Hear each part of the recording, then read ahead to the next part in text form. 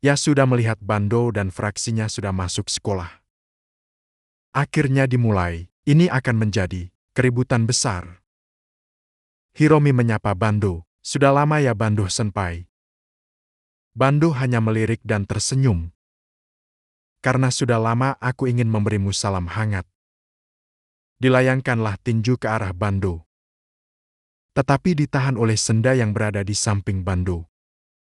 Senda berkata, kalau salam yang seperti itu akulah yang pertama menerimanya, mengerti kau Hiromi. Terjadilah keributan antara Hiromi dengan Senda. Bando menyuruh Senda untuk berhenti. Bando berkata, terima kasih kau telah menyapaku. Minta maaflah dan bersujud, kau tidak akan bisa mengalahkanku. Hiromi hanya menatap tajam ke Bando. Hiromi berkata, memang sudah lama tetapi aku tidak pernah tahu kau sebawel ini. Ketegangan di antara mereka mulai memanas. Di samping itu Bouya malah menerkam Yasuda yang sedang bersembunyi dan memperhatikan mereka. Dipitinglah Yasuda oleh Bouya membuat Yasuda berteriak kencang. Membuat mereka memperhatikan Yasuda dan Bouya.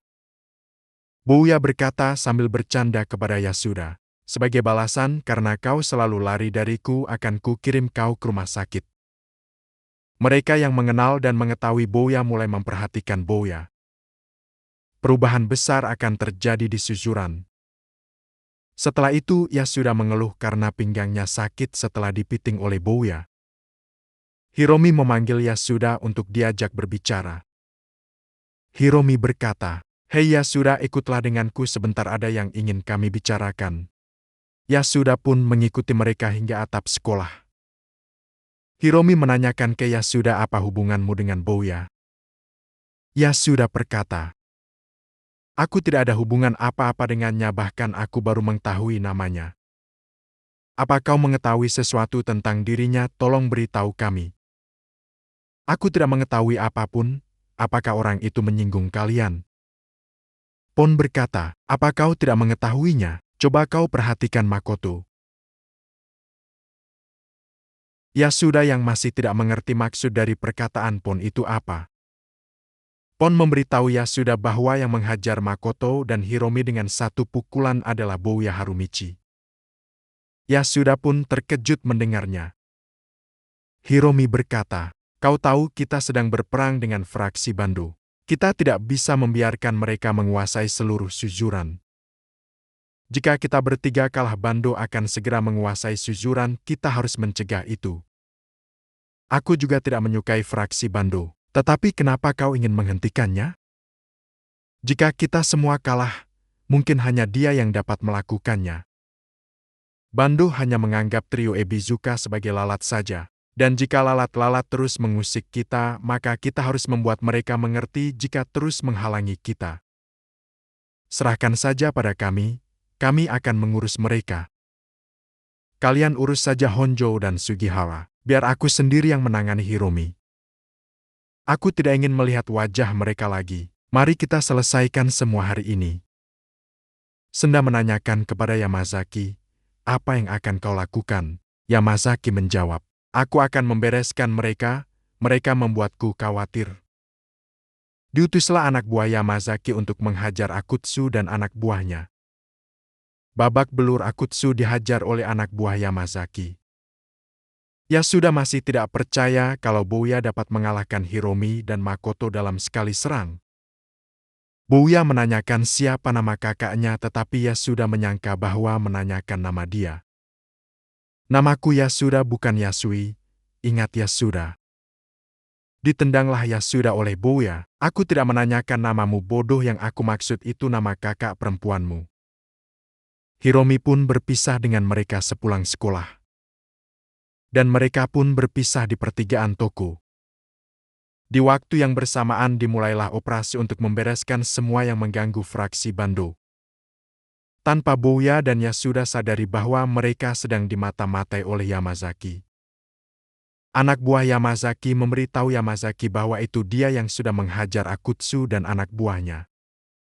Yamazaki membiarkan mereka pergi untuk hari ini karena mereka bisa diselesaikan kapan saja.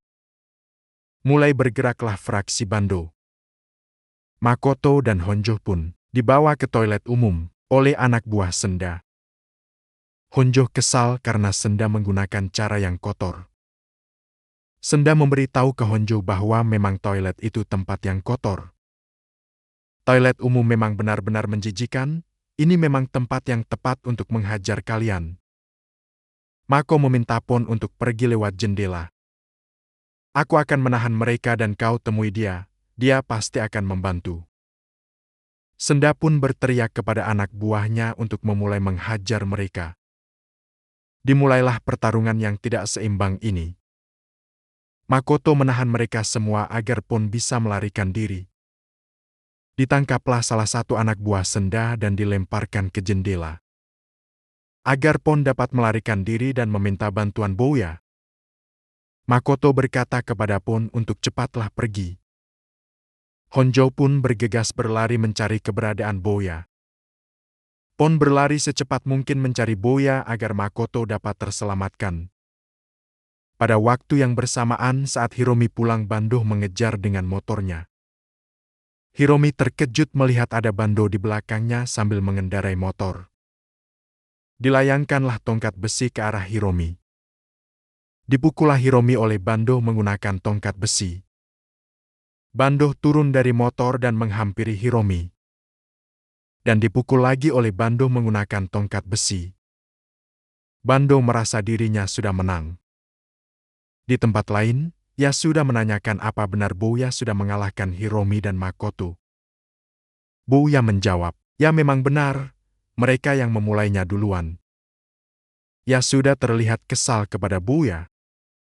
Dicekiklah Yasuda oleh Bouya menggunakan tali yang mengikat Yasuda karena melihat mukanya yang kesal itu. Yasuda memberitahu Bouya bahwa mereka bukanlah orang jahat. Yasuda baru mengerti ucapan Hiromi bahwa yang dapat menghentikannya itu ialah Bouya. Yasuda yakin bahwa yang dimaksud oleh Hiromi adalah Bouya, yang dapat menghentikan peperangan antara fraksi Bando dengan trio Ebizuka. Muncullah Pon di belakang Bouya. Sambil terengah-engah Pon pun berkata kepada Bouya. Yasuda ingin menghampiri Pon, tetapi karena diikat oleh Bouya, dia pun tidak bisa menghampirinya. Pon berkata kepada Bouya, pinjamkan kami kekuatanmu. Bouya menjawab, sampai bertemu di chapter selanjutnya. Jangan lupa follow dan like ya.